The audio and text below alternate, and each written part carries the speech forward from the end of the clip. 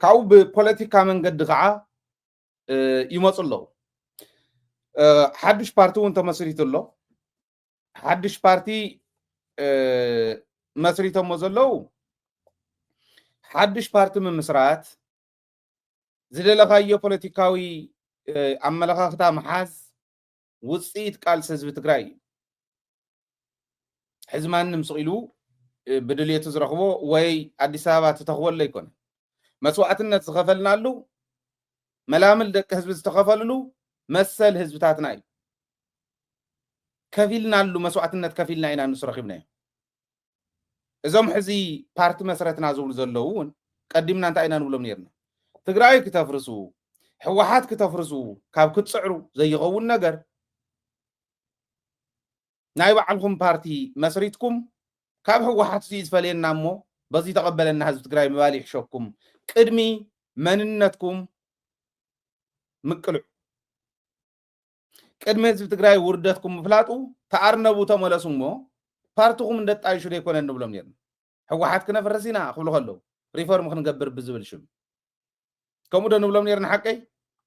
ኣይገበርዎን ናይ መወዳእታ ሓይል ኣቦኦም ገጢሞም ሕወሓት ከፍርሱ ሕወሓት ግለሰባት ኣይኮነን ሕወሓት ዝኾነ ግኡዝ ነገር ድፍእ ቢልካ ተውድቆ ኣይኮነን ሕወሓት ተሓሳስባ እዩ ሕወሓት መንእሰይ ትግራይ ኣሎ ሕወሓት ህዝቢ ትግራይ ኣሎ ኣብ ህዝቢ ዘሎ ተሓሳስባ ክተውፅእ ነቲ ህዝቢ ዝበለፀ ነገር ሒዝካ ኣለኹም ዝመፃኻ ክተርኢ እምበር ኣፍሪስካ ዳሕዲሕኻ ንስኻ ዝደለኻዮ ክትገብር ኣይትኽእልን እሞ ኣብ ህዝቢ ትግራይ ውሽጢ ኮንካ ይከኣልን ኢልናዮም እዚ ኢልናዮም ብለይሎም ህዝቢ ትግራይ እስካዕ ዝዓለት እዚኣ ዝኸፍሎ ዘሎ መስዋዕትነት ንክኸፍል ምክንያት ኮይኑ ፀላእቲ ከም ድላዮም ቸቸ ንኽብልዎ መሬቱ ከየምልስ ተመዛበልቱ ከይምለሱ ምክንያት ኮይኑ እዚኦም ዳገበሩ ፀኒሖም ሕዚ ኣብ ዝሓለፈ ትግራይ ሊበራል ዲሞክራሲያዊ ፓርቲ ትሊድየፓ ኢሎም ኣቢሎም ጠቂዖም ነይሩ ህዝቢ ኮመንት ምስ ሃበ ሊበራል ዲሞክራሲ ዝብል ናበየናይ ሊበራሊዝም እዮም ዝኸዱ ዘለዉ ትግራይ ንምሻጥ እንዲት ዕላምኦም ትግራይ ሸጥካ ልክ ከምቲ ኣብይ ኣሕመድ ዝገብራ ዘሎ ኢትዮጵያ ሸይጥዋ እዩ ዳርጋ ትካላት ኢትዮጵያ ሳላይ ወደግ ዝተተኸላ መብዛሕትአን ሸይጥዎን እዩ ናይ ፕራይቬታይዜሽን ከይዱ እውን ኣብ ኢትዮጵያ ይኸደሎ ትርእይዎ ኣሎ ብሓያል ፍጥነት ተን ትካላት ተሸይጠን ድህንነት ናይ ተዓዲ ኣብ ኢድ እቶም ድህንነታት ተቆፃፂሮም ከም ድላዮም ክገብርዋ ዝደልዩ ዝነበሩ ኣትያላ ከምኡ ተኣቱላ ትግራይ እውን ዘለዋ ሪሶርስ ሃብቲ ይፍለጥ እዩ ብርኪና ፋሶ እኮ ካሊእ ተኣምር ኣይኮነን ናይ ብርኪና ፋሶ መራሕቲ ብሓያል መፈንቅለ መንግስትን ዓርሰ ቅትለትን ሶሪ ናይ ሓውካ ናይ ምቕታል ናይ ኣሳሲኔሽን ስራሕትን እንዳሰርሑ ዝመፁ ካብ ቶማስ ሳንካራ ጀሚርኩም ቶማስ ሳንካራ ባዕሉም መፈንቅለ መንግስቲ ይመፅኡ መንእሰይ ነይሩ ግን ቀቲሎሞ ኣብ ብርኪና ፋሶ ብሓፂር እዋን ለውጢ ዘርአየ ነቲ ህዝቢ ሆፕ ተስፋ ዝመልኦ መራሒ ነይሩ ገና መንእሰይ መራሒ ኣብ እግሩ ዝስገደሉ መራሒ ትምስጋድ ፅቡቅ ይኮነን ዝብል ዘሎ ግን ከምኡ ነይሩ ለውጢ ስለ ዘምፀይ ቀቲሎሞ ኣቕቲሎሞ መፈንቅለ መንግስቲ ክገብረሉ ዝምኩር ዝነበረ ምክትሉ ገይሮም ኣቕቲሎሞ ንዕኡ ነዊሕ ግዜ ፅኒሖም ከምኡ ዝበሉ ሰባት ፓፔትስ እንዳ ባምቡላታት እንዳሰቀሉ ፀኒሖም ቅድሚ 2-3 ዓመት ዝተገበረ መፈንቅለ መንግስቲ ኢብራሂም ትሮሬ ዝመርሖ መንእሰይ ንሱ እውን ብዝገርም ኩነታት ቶማስ ሳንካራ ኣብ ዝሞተሉ ዝተቀተለሉ መዓልቲ ዝተወለደ መንእሰይ መፈንቅለ መንግስቲ ገይሩ ሕዚ ይኸደሎ ንምንታይ እዮም ፀረ ብርኪና ፋሶ እንተሎ ኣሜሪካ ትኸድ ሕዚ ንምንታይ እዮም ከም ዝኸዱ ናይ ብርኪና ፋሶ ሪሶርስ ፈረንሳይ ተወስዶ ነይራ ኣሜሪካ ተወስዶ ነይራ ካልኦት ምዕራባውያን እውን ሰብኣይ ሕዚ ሪሶርስና ንባዕልና ክወፅእ ከሎ እውን ብናይ ባዕልና ትካላት ኢንቨስትመንት እውን ንደቂ ዓዲ ቅድሚያ ኢሉ ምስ ሃበ ክበልዕዎ ኢሎም ሕዚ ብሓፍቱ ኣብ ፈረንሳይ ትነብር ሓፍቱ ከቕትልዎ ሚልዮናት ዶላራት ዓሰርተታት ሚልዮናት ዶላራት ሂቦማ ክትቀትሎ ከይዳ ተቃሊዓ ህዝቢ ስለ ዝሕልዎ سكحزني من الباش كتفوه كل يوم قل ليغاسي يسرح يزود نا افريكا عبيجي تمكرو يزبازلو امريكا معقب غير الكايلاتو معقب غير الكايلاتو نعون مسارحتون نسوق معقب غير لهم امريكاويان يلون امريكاويان بملو معقب مسغبره بل يلعل له تبل الامريكا كندو زاكل تنكار زلو مرحتي يمن يوكال يعدي نمنتا يمكن معرباويان كندو زاكل تخرتي وملا ريسورس تግራይከ ሃፍተ ፈጥሮ ኣለዋ ወርቅ ኣለዋ ካልኦት ማዕድናት ንይውላ ክትብላዕ ትድለያ ከም ጌታቸው ዝበለ ንኸውድ ዝነብር ኢ ዲሲፕሊን ዝኾነ ሰብ ንጉሆን ምሸትን ቀትርን ዝገብሮ ዘይፈልጥ ንኸውድ ዝነብር ሓደ ፍታ አንተ ወይ አፍቱ ጸኒሕና ንሪኦ ሚስጥር ናይ ህወሓት ዘውፀ ነባረ መራርሓል ተብር እስሒፈ ዘለኹውን ንሱ ዘውፀ እዩ ኣብኡን ርኤና ንጌታቸው ዝገለጸሉ ኣሎ ጌታቸው ማለት ኣብ ዝኾነ ደረጃ ተቐምጦ ዘይትኽእል ሰብ እዩ ብምስጥር ደረጃ ይእመን ببقعت درجة يأمن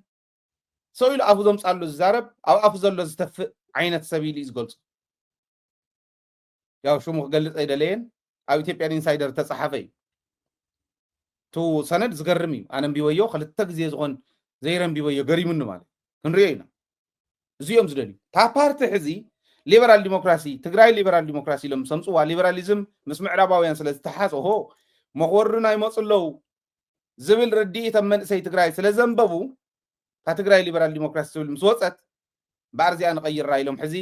ስምረት ኢሎም መፅኦም ስምረት ወይ ከዓ ሶሊዳሪቲ ስምረት ኢሎም መፅኦም ዝምልክት እዚ ጥራሕ አይኮነን ትምዝገበኦም ዝንየው እዚያ ነትኩም በደንብ ክትነበበል የፖለቲካ ፓርቲዎች ጊዜያዊ የምዝገባ ፈቃድ ይዝብል በኢትዮጵያ የምርጫ የፖለቲካ ፓርቲዎች ምዝገባና የምርጫ ስነ ምግባር አዋጅ ቁጥር 1162 ዝባር 2011 ዓመተ ምህረት ለኢትዮጵያ ብሔራዊ ምርጫ ቦርድ በተሰጠው ስልጣን መሰረት ይህ የክልላዊ ፖለቲካ ፓርቲ ጊዜያዊ የምዝገባ ፍቃድ ለዲሞክራሲያዊ ስምረት ትግራይ ወይም ስምረት ዛሬ ግንቦት 18 ቀን 2017 ዓመተ ምህረት ተሰጥቷል ይዙ ተዝገርም ነዛ ሓድሽ ፓርቲ بناي 2011 አዋጅ ቁጥሪ የመዝጊዮም መንየው ነዛ ሓድሽ ፓርቲ بناي 2011 አዋጅ መዝጊቦም ንሕወሓት አይለማ ነሐሰ ነታናይ 50 ዓመት ፓርቲ ነሐሰ 3 2016 ዝወፅ አዋጅ ገርክ ተመዝገቢ ኢሎም ይብልዋ ማለት ታይ ይገብሩኩም ዘሎ ትሽርሒ ህዝብ ትግራይ ተረዲኡ ወይ حدش كوينون خرداكم دلي يكون جن انتي يقولوا زلو تردوهم سيراتو ناي حوحات تمثيلكا حزب تግራይ ናይ مفراس سيرا انتي مالت مخوان خرداكم انتاني الزلع له زلو لذي كم ذات ريوا زلهم زي امزغيوم مالو ግንቦት 18 ማለት ተመዝጊባ ማለት እንዲሁ ህዚለ ጣጥፈዋለው ስምረት ይሎም ከም ተዝወልኩዎ ፓርቲ ምምስራት ዝደለኻዮ ፖለቲካዊ መትከል ፖለቲካዊ ቅዋም ምኽታል ውጽኢት ቃልሲ ህዝብ ትግራይ ህወሓት ዝመርሓቶ ቃልሲ ህዝብ ትግራይ ሓድሽ ኣይኮነን ንህዝብ ትግራይ ግልጽ ይትዛረቦ ዘሎ ህወሓት ክበሃል ከሎ ግን በላዕላዕ ዝብሎም ብዙሓት ስለ ዝኾኑ ዕሪ በላዕላዕ ክብሎም የዛረብ ዘሎ ዝመሰለካ ፖለቲካዊ መትከል ምኽታል ውጽኢት ቃልሲ ህዝብ ትግራይ ህወሓት ዝመርሓቶ ቃልሲ ቅድሚ ህወሓት درج يو إثيوبيا ودب ممسراتي ترفمو تأكيب كام خاد حموش تشديش تكون كتأكيب كام خاد ون زأجد منقصني بليونر مخان يترفمو مليونر بليونر مخان يترفمو حدث كله زغل هفتي كحموش تم يتشح زي حلف غير زغية سبني هفتز فقدت مثل عرسو السانة نخلو زفقدت راح تكون بمسوعتنا حزبن بصنع ودبا ومرحنة ناوزي زب صحتها وحاتي إذا حزي بانداون تأكيبو عصوب باندا صار حزبي شيات عدو كله تأكيبو بوليتيكاو قوامي عدن مفراسية تقراين مفراسية لو تأكبون كمزي أم غيرو تقراين مفراسية تأكبون بوليتيكاو قواميو مسريتني بارت مسريت مسليو تم مسراتهم صقم يبلون طعنا زلوا بارت انت زخون نسب تግራይ زحسب سب مسرته بارت مسريتهم كقالسو حاسيوم تزخون نيرم هاجر نمفراس حزب نمفراس تزيخون غيدفو حوحات نمفراس يتقالسو እንዳወልና ይምዳልና ኦኬ ፖለቲካው ቁዋም ካፍለ ከሎ بماجوريتي تشنيفكا توص نحرو دليخا تزي دليخا توص مونا يبعلخات مسرت ازيو سرعات زلون يم كتفرس حنكا الشيخ حيسكا ملقخ حيسكا موكيركا مسعبيكا جن مبار مفرس زخون عمدا صلاة خوينه متصلاة خوينه بصلاة قايد تغيره صلاتي نتهزباو زخونه ما كتز مرح ودب هلونا خاخنا فاكا عينا بزولوه نتهزب غفرس دلي شاط عدو شفتي كي يسرخم دقهم يلسدد عد غي تحتتو كم منقصون كي تحتتو إلو ملكت جنسايد آريز وسد عديتاتو زدفر كم عطوم نزيقن أكيو من عطا مسرتي لمو صبو قع مسرتو زينا يبلسقنا ولاد بلسقنا قلقل بلسقنا يمزيو أنا مكالي تأمري ولا نايبل صقنا عيلي زي سمرت يبل شو مو صبوي سوليداريتي مالت سمرت حبرت من حدنات قال مالت حقاف هاي هم الكاي خطربو ديري يخوم كحقفو يترف ما حقفون زي دليو كحقفو يترف ما ودابتات تناخيرهم استقراي كودبو كساغرو يترف ما ودابتات زفرسو بوليتيكا ودب انتاينت فليطم كمسروت يترف مو بوليتيكا ودب مقعني 50 عامت ودب كفرسو تصعرو كبر حزب خحلو سمرت هاليو سميرو حزب تግራይ كقالسن كساغرن كغوري يترف مو حزبهم زبتنو حزبهم زواردو اديتاتهم زواردو سبات مسريتنا يلمصيم كع مسرتكم صبق ግን ስለዝፈለጥናኩም ጸገም የለን ነዚ አዝ መስረተታ ህልኽ ያ ነዚ አዝ መስረተታ ተልእኾ ጸላእቲ ያ ተህልኽ ሪና ያ ጌታቸው እውን እኮ ታስልጣን ከርክብ ከሎ እናበል እንዳልቀሰ እዩ ወረኪቦ ይሁም በእያንዳንዱ እለት 2 ዓመት ሙሉ በውስጥ ንትርክ ያሳለፍናቸው ጊዜዎች በተለያዩ ችግሮች ምክንያት በጦርነቱ ከፍተኛ ቆስል ባይዞ ይልቅስ ይዘሎ ታመነጽሩና ዓመ ከልከል ይያ ስምዑ ለይ በደንብ ገይርኩም ስምዑ ለይ بدن بغيركم سمعوا لي لقصو مالت لقصو سئلتو زروا لقصو ስለዝኾነ ይኮነን بدن بغير እንዳት حنانقوታ ስልጣን ከየረክብ እና ወለ በውሽጥ بدن بغير ሒዙ እዚያ ተዛሪብዋ ዕሪኩም ዘይስተውዓልኩም ላንተኹም ስምዑዋ بدن አሁንም ቢሆን በእያንዳንዱ እለት 2 ዓመት ሙሉ በውስጥ ንትርክ ያሳለፍናቸው ጊዜዎች በተለያዩ ችግሮች ምክንያት በጦርነቱ ከፍተኛ ቆስል የደረሰበትን ህዝባችን ቁስል ላይ እንጨት እንደመስደድ የሚቆጠር ነው። በአሁኑ ሰዓት በዚህ አይነት አካሄድ እንድንቀጥል የወሰንን እንደሆነ አሁንም ህዝባችን ለተጨማሪ ችግር የምናጋለጥ ስለሆነ ይሄ ህዝብ ከማንም በላይ ሰላም የሚገባው ህዝብ መሆኑ እንደማንኛውም ኢትዮጵያዊ ሊደርሰው የሚገባ የለውጥ بخيات ጌታቸው ዘይራኹም ማንተ ነርኩም ዕሪኹም ሕዝብ ተዓዚብኩም ማትኾኒኩም ክደግመልኩም እየ ራእይዋ ለቅሶ እያ ብሱር በደንቢ ንብዓት ዘለዋ ለቅሶ ራእይዋ አሁንም ቢሆን በእያንዳንዱ እለት 2 ዓመት ሙሉ በውስጥ ንትርክ ያሳለፍናቸው ጊዜዎች በተለያዩ ችግሮች ምክንያት በጦርነቱ ከፍተኛ ቆስል የደረሰበትን ህዝባችን ቁስል ላይ እንጨት እንደመስደድ የሚቆጠር ነው። በአሁኑ ሰዓት በዚህ አይነት አካሄድ እንድንቀጥል የወሰንን እንደሆነ አሁንም ህዝባችን ለተጨማሪ ችግር የምናጋለጥ ስለሆነ ይሄ ህዝብ ከማንም በላይ ሰላም የሚገባው ህዝብ መሆኑ እንደማንኛውም ኢትዮጵያዊ ሊደርሰው የሚገባ የለውጥ እንደማንኛውም ኢትዮጵያውያን ኪዱ ናው ገዛኹም احنا ግን احنا ኢና حس نفس ትግራይ ዝሓዘነ ደ ይመስልኩም እኮ ከሎ ስሳዕ ስልጣኑ ህልኹ ውርደቱ ዝተቃልዕሉ መድረክ እንዲ ነይሩ እንዳበኸየኹም ዝዘቅረቡ ግን ልብ በሉ ነዚ ትግራይ ዝሓስብ ሰብ እንተዝኾን ጌታቸው ክንድድላዩ ዕንቅፋት እንተዝነብር ኣብ ትግራይ ኣይሕልፈካን ዝብል ዕንቅፋት እንተዝነብር ነይሩ ጌታቸው ከም ጌታቸው ሲ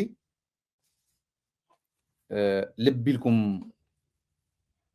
ክትፈልጡ ለይ ዝደሊ ولا الحمد لله زكلا خلسب جيتاتشو سحنت سندارو خي سندر زكلا خلسب نيروم منبل نيروم منبل أين بل أن برجس جن نيرون بل أب تقرأي كوينو حزب تقرأي أكيبو أي أكبن أين أكبن زبالة حزب أين برن أي تأكبن زوالة سبون أين برن أي تأكبون داول زكلا خلسب سلزنا برن نخ أكبون سجمينو كادرتات حوحات كي أكبو مكينة أمز حدوق مكينة أم حديقو مكين لازم خلكله وكين لا خلكيلو نسو حدش حساب أكوله إلى أوفر نايت نقسم دويل لنا بسلام معشش بهالن أنشوا أخلت عندين ناو دويلو أكبر ليلو حدش حساب تأكيبل شرخ هيدونا يكبرنا أي ولا انتزبي داولاتات قني رمو أمتهم داولاتات ورد ميلو دي مرت أم هزو مالتي هزو ولا إزارب زلو أي إكبن زبالة هزوين نبر جيتاتشو مدرخ كوين إزاربن زنبرقن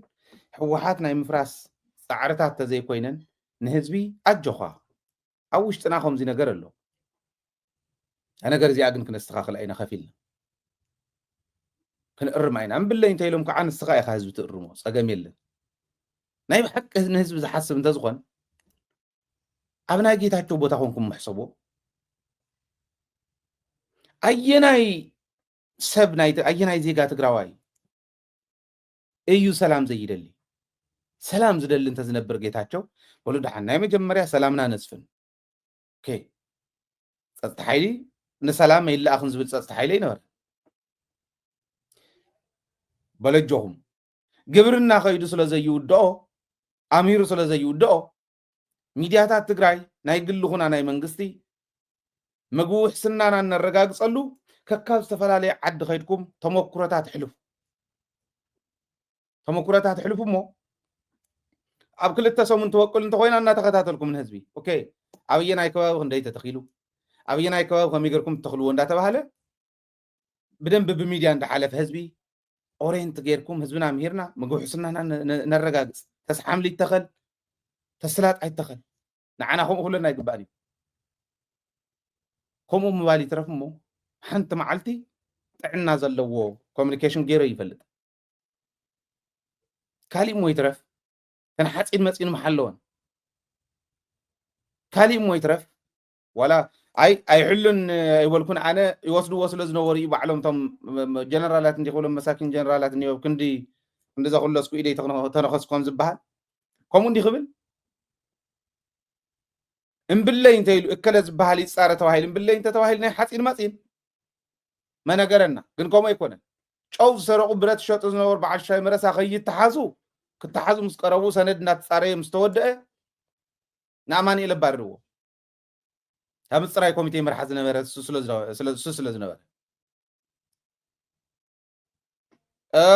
بعد سلمون مع الشو بعد كالي بعد حوس قدي فاي كي تحاسو حاسين ماسين ون نحوس قدي فاي ناوي كم صدرت فلتيهم سبزيس سبي يلو ديو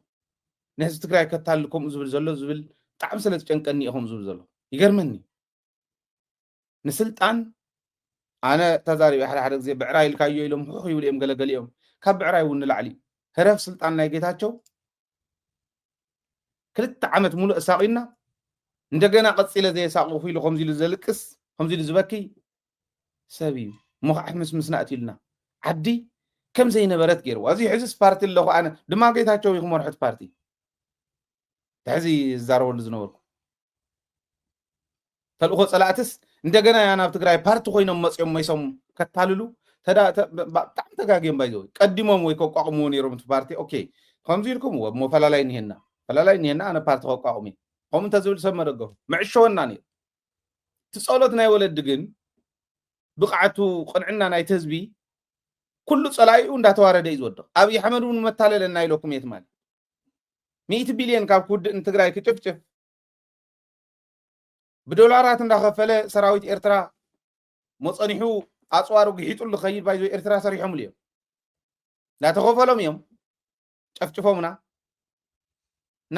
ናተኸፈሎም حبيلهم مشترهم بدلهم يوم شفشفهمنا نكون لعلي قفيل وهم بدولارات ما عاد جنزبي كفيلو كفيلو شفنا كله تجنزب تزدمر جن نتقراي بزيت إيت كتمارو خزنا وركاب بفقر طرحي بخمزي عينت بناي جيت هاجو عجوجون بناي أبي أحمد شرحي شكانن زمارخ تقراوا يلا حزب تقراي بقانون يحلو قتيمو انتي نقحلو اندهلو تنجنزب جنمصيو ماي بماي انت زغبرا نيرو تقراي كله فريق بل انت زغبرو اخله تماريخون يرو تهزبي كم جيتاچو زولون قديمو بقى دحان زغونه منسي موصي توهيل تسفاب زغبرنالو وان انت زغون نيرو بلم بعرف فلالاي نينا انا بارتكم مسرتي نغزيو غن غزياو محدار كوينه سلا زلخو كقصل اي تقصل انت توهيلون مو اني تلكم حزب اني تلكايله بارتكم مسرتي خدلخو غن تورادي شنفيه تزبل نيرو معشونا متاللنا نيرو تقنعنا انا حزب غن جيتاچوون طرح زوان وصيو ጉዳጉዱ ምስተራኤ በዓል ክንደያውን ከሙ ሌባሌውን አዲስ አበባ ዛሃደመ አዲስ አበባ ኮይን ፓርት መስሪቱስ ለትግራይ ያሕምስ ምስክት ወላ ናይ ትግራይ ሕዝብ ዘደሊ ጠንካራ ደህንነት ጠንካራ ሚሊተሪ ጠንካራ ፖለቲካ ፓርቲ ፖለቲካዊ መራሒ ወላት ፕሬዝዳንት ዝኾኑን ጠንካራ ነዚ ዝሐቁፍ ደገን ውሽጥ ዘሎ ትግራዋይ ሓደ ዝገብር ነቶም ባንዳታትውን እንተኣትዮም ጽቡቕ ይቅርታ ኢሎም ምብለይ እንተኢሎም ከዓ ተነጽኢሎም ዝነብሩ ለኹነታት ከመቻቹ ዝኽእል ብቕዓት ዘለዎ መራሒ የድልያ ዝዓዲ እዚኣ ኣስተውዕሉ ማንም ይኹን ማንም ትሕዝ ዝብሎ ዘለኹ ዝገብር ክኾን ክኽእል ኣለዎ ናይ ትግራይ ዝብል እምነት ኣለኒ